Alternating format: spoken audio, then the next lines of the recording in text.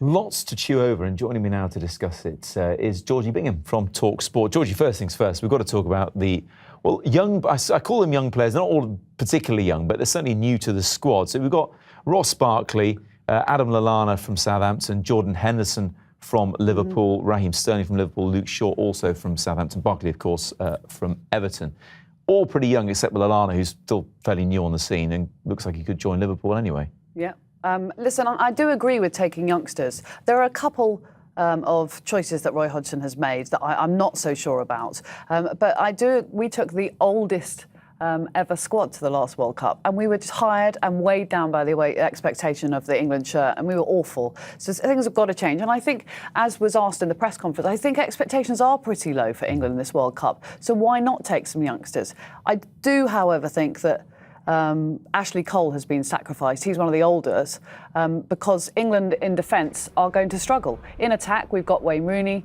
We've got a really fantastic lineup, including some really exciting Liverpool stars who've come to the fore this year.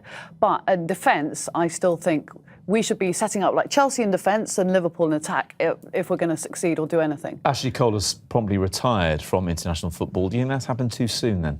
Well, I mean, I'm not surprised he has, because I don't think he should have been left at home. Realistically, if you take Ashley Cole and Leighton Baines at left back, you'll probably play both of them. If you take Leighton Baines and Luke Shaw might not get a game at all. He's only 18. Do you know what? Not many people singing England's praises or the squad. Shaz says England will make it far. Sorry to say it, but we're going to need a stronger squad than that. On the other hand, Caroline Flowers, you'll never find a balance that appeals to everybody. Leave the negatives to the tabloids. He's announced the squad now, of course, as a standby of players like Tom Cleverley and the like, but we should get behind this 23, shouldn't we? Yes, and do you know what he's done, which is right? He's picked form players. Manchester United won the title last year. They were awful this year, and the players that have played in that terrible Manchester United team have been dropped, and the players that have done so well for Liverpool have been picked, and that's what you need. You've got to pick confident players ahead of the World Cup. Quite telling that only 2 players from the team that won the Premier League yesterday have been named, and one of them's only one outfield player as well. Yeah, well, Greg Dyke called it depressing, I think it was the word he used.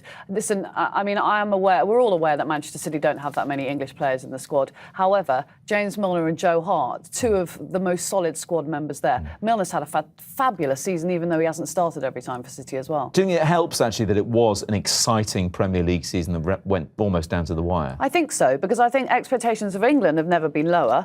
The Premier League has made expectations higher than ever this year. I think England can go to the World Cup, and some of these youngsters can get a really good run out and hopefully won't be weighed down by the expectation of the shirt. Georgie, thanks very much. Final word to Kevin Wyatt, who got in touch. We may need all 23 on the pitch at the same time to ensure a win. Come on, Kevin, stay positive.